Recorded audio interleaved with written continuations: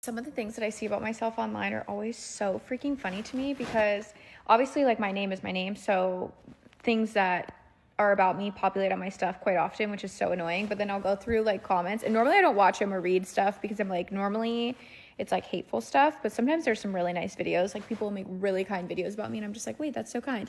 But the things where they're like shit talking me and hating on me, it's always so freaking funny because they're wrong. Every single time they're so wrong, and it actually makes me giggle. Like, it's entertainment for me. And I'm like, I actually should read these more often because they make me laugh. But then I'm like, then I feel a need to come on and defend stuff simply because I'm like, you guys don't even watch my stuff. You literally come on and make some bullshit up, and then they're like, you run with it, like fully run with it. I'm like, you're actually mentally ill. So one thing that there's a lot of people upset about is I'm chasing happiness because I'm so unhappy with myself, and we moved to Texas for our forever home, and I'm unhappy here, so now I'm moving everyone across the country again.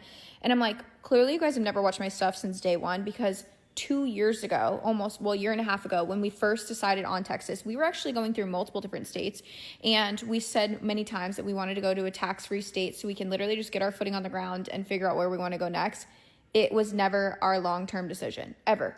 Ever, ever, ever, ever. Because the states that we actually want to live in are very expensive. But we wanted to get our feet on the ground, get some investments going, get some equity in a home, and Texas just made the most sense for what we had going on in our lives at that time.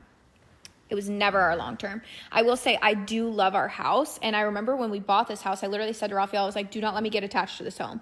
Don't let me start changing things about it, because as soon as it becomes my home, I'm going to have an attachment to a home that was never meant to be ours long term. I don't like builder. I don't like new builds. I actually want an old home, a smaller home, a character-filled home. Like, that's my goal. But again, what I want is in states that are very expensive. So anyways, that was one thing that I loved, like, reading. I was like, you guys are so funny. Like, Texas was never our long-term plan, but you sitting here saying, like, she's so unhappy. Like, Texas just didn't fulfill her. I can't believe they bought their forever home and are leaving.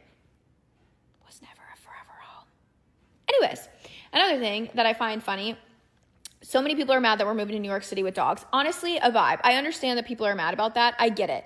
But again, New York City is not our long-term either. The whole goal in moving to New York City is, one, because we have a lot of work there, which is great. I need to be closer to things. Like, there's so many times I'm being flown out there, or I'm having to pay to fly out there, whatever the case is. And it just makes more sense with how much I'm spending in hotels and flights. It's literally the difference between our mortgage and rent out in New York City. So we're like, okay, let's move to New York City. Let's do our dream out there, because we both love New York, but it just didn't make sense back in the day. And now we're like, you know what? Fuck it. Let's do it. I do understand people are upset about the dogs. That's fine. But I promise you, our dogs will be well taken